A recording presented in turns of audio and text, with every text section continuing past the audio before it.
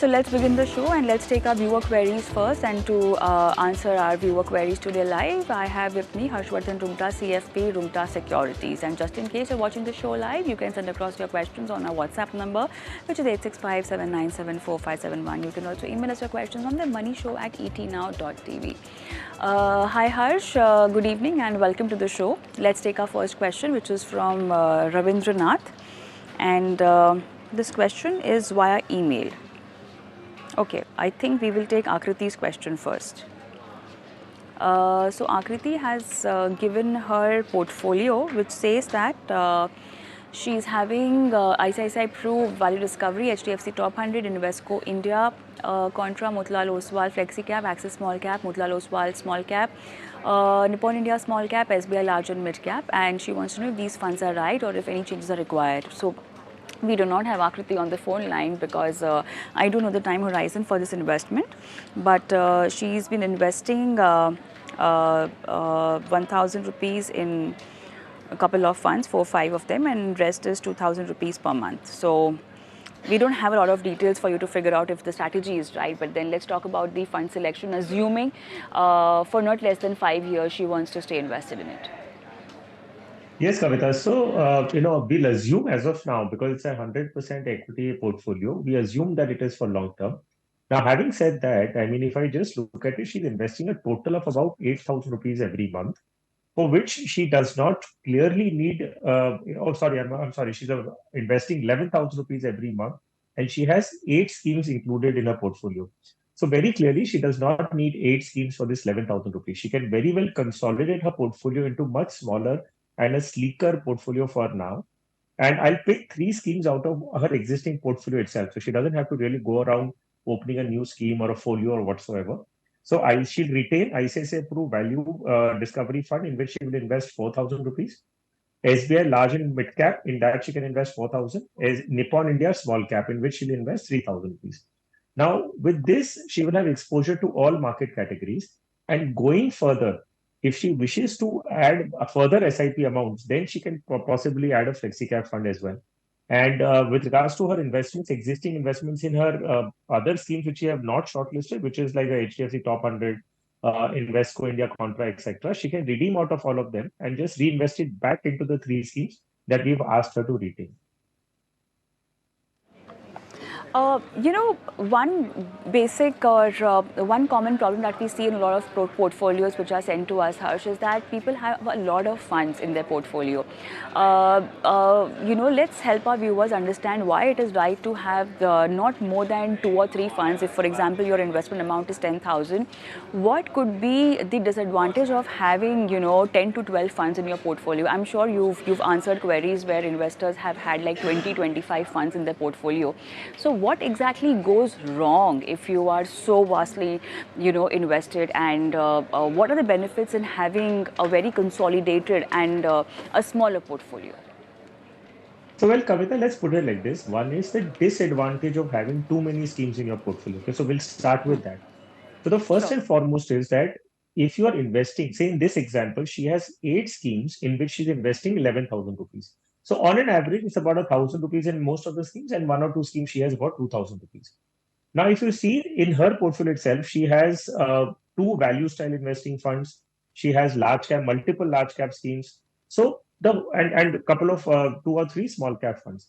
So what is important is just because you have schemes of different fund houses, but in the same category, do you believe that you're really getting diversification? No, you're not enjoying any diversification. If you see the portfolio overlap ratios, you will see that almost all the same companies which are in, say, portfolio A of a fund house will be there in portfolio B of the other fund house itself.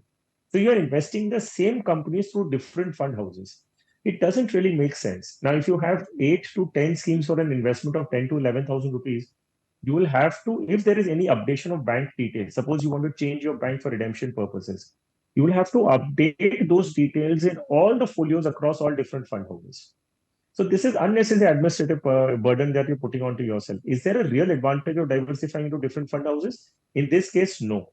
Whereas if you have a consolidated portfolio, for example, now we've shortlisted 3 schemes for her. We've kept 1 scheme in the value oriented, we've kept one in the large and mid cap, and we've kept one in the small cap. So with this, she's getting an exposure across all different market segments. And unnecessarily, we have cut down on 5 schemes. So administratively, it becomes much easier for her. There is no overlap. She has an exposure into all market capitalization. So I think that's essentially the advantages and disadvantages. Very well explained, and I think a lot of it will happen more as and when we come across more viewer queries. Who is the next viewer's query do we have?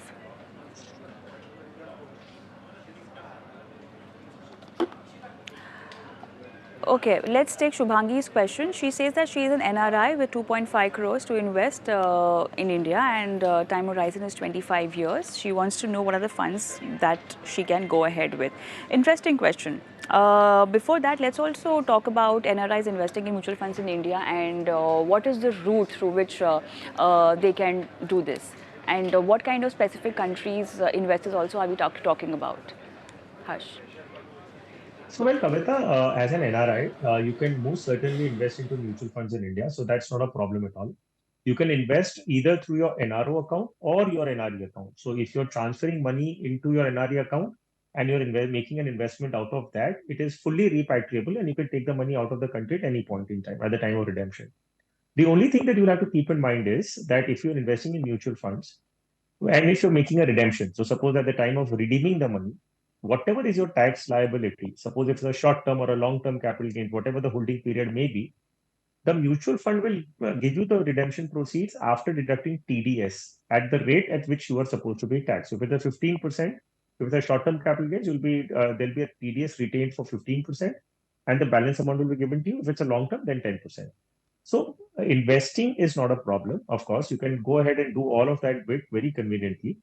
With regards to KYC, there was certain rules that were being changed recently, which has been again brought back. So you need to just ensure that your email or your mobile number. So in most cases, NRIs would have international numbers, which cannot be possibly added into your KYC records. So if you don't have an Indian number on which you can verify the mobile number through an OTP, ensure that at least you have your email ID in which has been verified, so that there is KYC is not on hold. It goes on to the investment mode.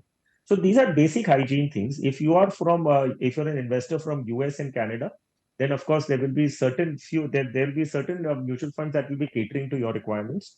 So you have to find out which are the schemes, which are the fund houses rather, which are accepting investments from NRIs based and residing in US or Canada. There are some fund houses who do not accept SIPs from residents of US and Canada. So there are a few things that we just have to keep in mind. Now, with regards to Shubhangi's specific query, she wants to invest 2.5 crores and she's only specified the time horizon.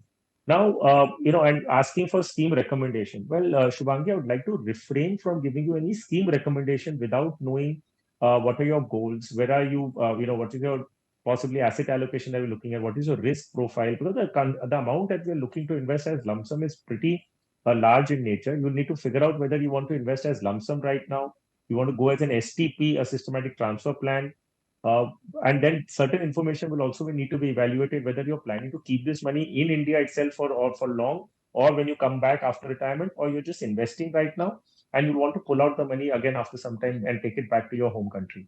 So we'll have to figure out all of those things. I think it will be very rash to possibly give you a scheme recommendation purely based on saying that you have 2.5 crores for 25 years. I don't think that would be the right approach at this juncture without knowing what exactly is the risk appetite and how we should go about with your asset allocation. So at this juncture, my suggestion to you would be please meet a professional in person, discuss out all these details. The amount involved is pretty large. I would suggest that you should personally meet somebody, discuss it out, and then create a portfolio would be a better approach for you. All right, Harsh, let's move on to our viewer, Mr. Suresh Kumar, and he's on the phone line with us as well. Good evening, Mr. Kumar. How are you doing, sir? From where are you calling? I'm calling from Kerala. I'm fine. Okay, sir. Sir, you want us to recommend you some mutual funds. Before we do that, I wanted to know some details from you. You cannot take much risk, and you want high returns as well. Yes. Keeping that aside, I want to know the time frame for which you want to stay invested, sir. Like around 5 years. 5 years. Have you been investing in mutual funds already? Yes. Do you know the name But of your it funds is right all now? in small cap. Small cap.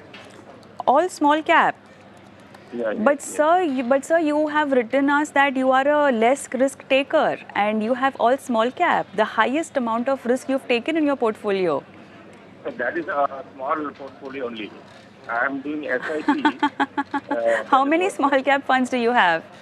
I'm having three. That is HDFC small cap, Quant small cap, and Kotak small cap. HDFC, Quant, and Kotak. Sir, even if you have three mutual funds, three small cap funds, you know, the number of funds is just three, but the kind of exposure you're getting in that particular category is very huge. You are in fact over diversified. Even though small cap has a very large universe, you already have three funds in your portfolio and you have taken maximum amount of risk over here itself. Okay. So in this small cap category, you want to stay invested for how long? No, this I will continue. Okay. When You will continue for more 5 years again? Yeah. I will continue. And if I find some problem, I will switch it over. Okay. Later on. Now I want to understand the entire investment that we are talking about. Is there a particular goal attached to it? Do you need that amount, that corpus for something which is very specific or a goal that's aligned? No, nothing specific. Only I want to meet day-to-day expenses through that. Okay. How much would be the corpus that you might want to accumulate from this investment? Maybe 40 to 50,000 per month. I will be want to 40 to 50,000 per month is what you need for your regular expenses from this investment itself? Yes. Okay. How much are you willing to invest? No, around 10 lakhs I am willing to invest, plus I want to start an SIP for 30,000 per month. So that can be in higher, large caps or anything. Sure. Right now, what's the SIP amount, sir? That is around 5,000 per month. 15,000 already going. No, altogether 5,000. Altogether 5,000. Okay. Yes. Okay. So So I that want will be 30,000 SIP and 10 lakhs you already have lump sum amount that you want to put in the market, right? For 5 years. Correct. Great. Okay. Are you okay with the hybrid strategy where you will have some component of equity? Well, looking at the small cap funds, it will not be so risky. Are you okay with that? No, I don't want to go with small cap. I want maximum exposure to large cap for the Sure. SIP and for the mutual fund. Sure.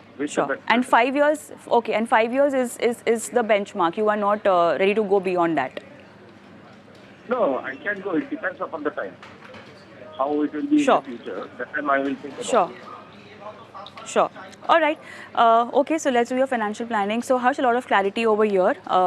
You did not have those details, which is why I tried and, tried gathering all those informations for you. So he already has small cap. So your comment on his small cap funds, and later on 10 lakhs that he wants to put plus a 30,000 SIP over and above the 5,000 going on in all the small cap funds. Harsh. Kavita, I think you've hit the nail on the head types. When you're asking, because see, Mr. Kumar, what you have asked is, let me just highlight on that point. You're saying you suggest some scheme which has less risk and high returns. So it's a very popular notion that every investor would want. It's basically a desire that every investor would want, saying that I want to take the least amount of risk and I want the maximum returns. So, well, first, as an investor, we all need to get our basics clear. And that basics is what? That for every incremental return that we're expecting, there is going to be a higher risk that we have to take. There is nothing called low returns and low risk and high returns. So there is nothing of that sort ever existed. So if you want higher returns, you will have to be prepared to take higher risks.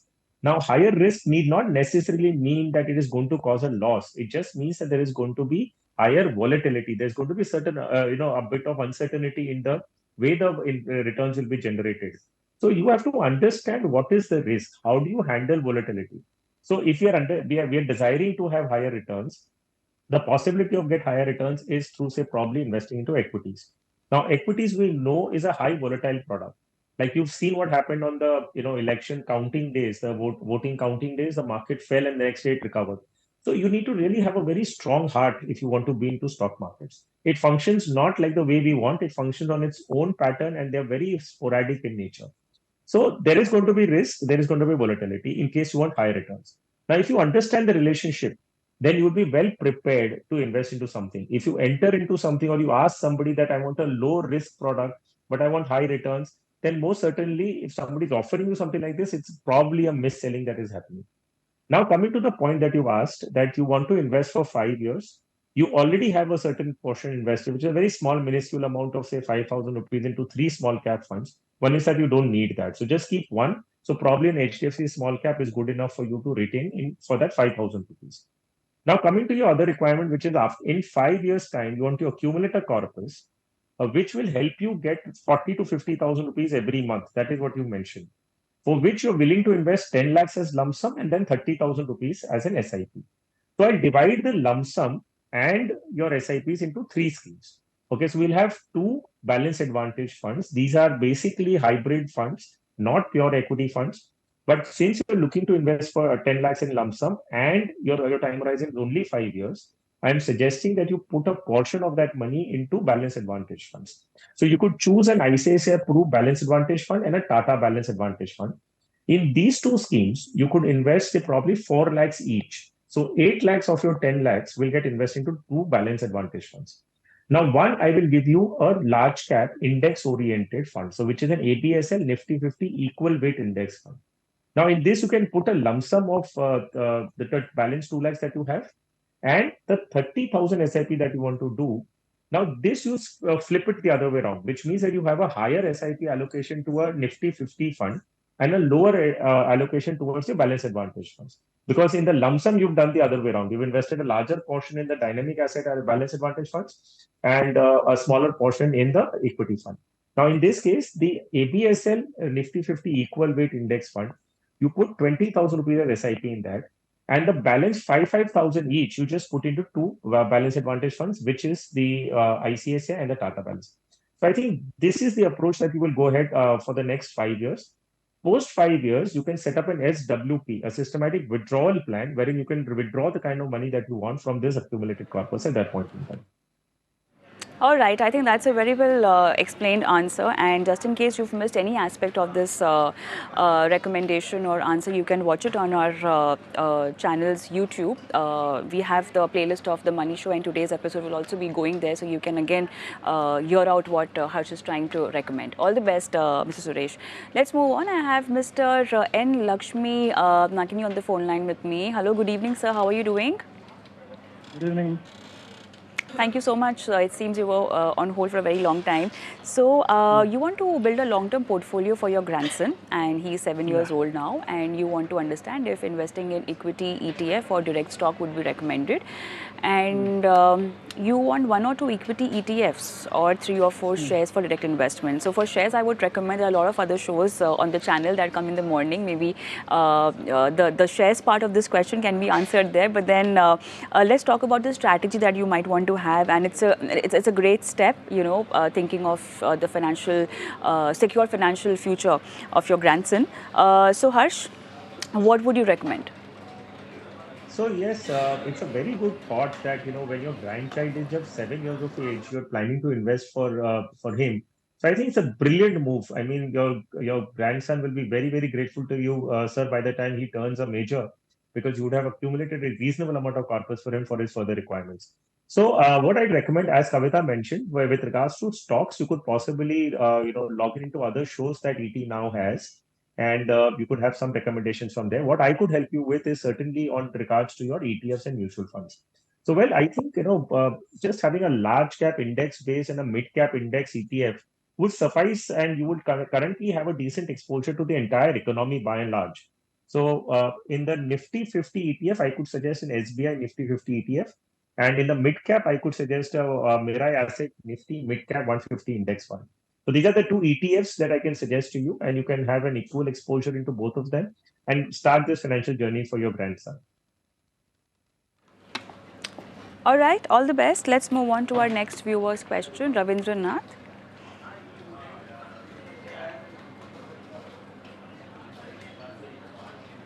Okay, Okay, let's take Priyanka's question. She's on the phone line with us. Priyanka, hi.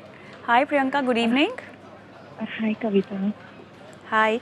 Okay, so Priyanka, as per details that you've given us, you have Parag Parikh Flexi Cap, Quant Small Cap, HDFC Retirement Savings, ICICI Pru, BSC Sensex in your portfolio.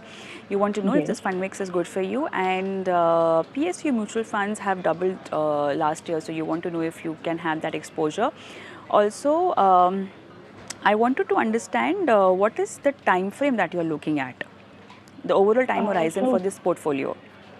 Yeah, so basically, currently I started mutual funds like 6 months back. So I'm looking at next 1 year worth, and I wanted to do some investment, like one-time investment in mutual fund, like a lump sum amount, and I would look at it for the next 1 year. So I wanted to do it by the end of this month, so that once my salary gets credited, I can plan accordingly. Okay, so let me get it right. Lump sum investment is definitely going to be there, but the entire portfolio is just for 1 year? No, for the entire portfolio, I'm looking long term, like 5 to 7 years. 5 to 7 years, right? Okay. What's Yes. the financial goal that you want to achieve from this portfolio? So I want to make sure that, I don't have a number in mind, but I wanted my portfolio to deliver me a return of somewhere around 45%. Okay, after 5 years. Yeah. Okay, sure. But annual Let us return I'm help. looking at because, annual return I'm And looking at because that's the reason I wanted to annual do the return lump of sum investment. 45% from this portfolio. Yeah. From the lump sum portfolio. Okay, what is the lump sum amount that you want to put in? Close to 1 to 2 lakhs. Sure. Okay, so that's a lot of information for Harsh now. Harsh, can you hear me? Harsh, can you Yes, hear I me? can, Priya. Kavita, I can hear you. Yes. So 45%, how is that possible? So Priyanka, I'll have to really disappoint you because I don't think I would have anything in my bag to offer you something which will give you for sure 45% in 1 year. So let me just highlight something to you. Yes, I agree with you that PSU schemes could have possibly doubled in the last 1 year. And but that's how equity is, I mean, you will have some periods wherein you will find extraordinary returns on your schemes, but that necessarily does not necessarily mean that that's the kind of returns that will be generated in future. Ideally, if you have a time horizon of 5 or 8 years and beyond, so let's look at it like this. So your minimum time horizon being, say, 5 years or 8 years and beyond, then we look at an average return of a median return of about, say, 12 to 15%, which means in some times in this next 8 years, you will find a return of, say, 40, 50% that you're looking at. In the other periods, you possibly could even incur a loss, or you could just have flat returns. So if you look at the average return that an investor could expect over a period of, say, 5, 7, or 8 or 10 years, on an average would be about 12 to 15%. Now, it's not going to grow 12% every year. It's possibly, as I said, would go to 40% in 1 year, go minus in the other year. It just could fluctuate like this. And on average, you'll get about 12 to 15%. Now, because your time horizon is only 1 year, I think it will be very ambitious to assume that I can generate a 45% kind of a return. So if you put a 1 lakh rupees, it should become 1,45,000 after 1 year when you need it. God willingly, I mean, the markets continue to do well and you may get it. But to assume that to get, I mean, it's fairly ambitious. So I would desist and, refrain from giving you any scheme recommendation unless you promise to increase a timeline to at least 7 to 8 years. Then possibly equity investments make sense. Coming to your SIP investments, when you clearly specified that SIPs are going to remain for 5 to 7 years, well, then in that case, what you're investing into is fairly good. Now, with that portfolio, I just could consolidate it a little bit. Now, Parag Parikh Flexi Cap is something that you can retain but invest 3,000, what you're already doing. Quant Small Cap invest 2,000, which you're currently doing. I'm just changing one scheme. You have an HDFC Retirement Savings Fund. Now, this scheme has a minimum lock-in of 5 years. It's a solution-oriented investment scheme, so that there will be a lock-in of five Right, years for Harsh. every investment that. Sure, sure. Okay, so I think that will be all on the show, and thank you so much, Harsh, for helping our viewers get their financial portfolio strategies right. I'm going to sign off, and I'm going to leave our viewers with our WhatsApp number and email ID. Thank you so much for watching. Goodbye.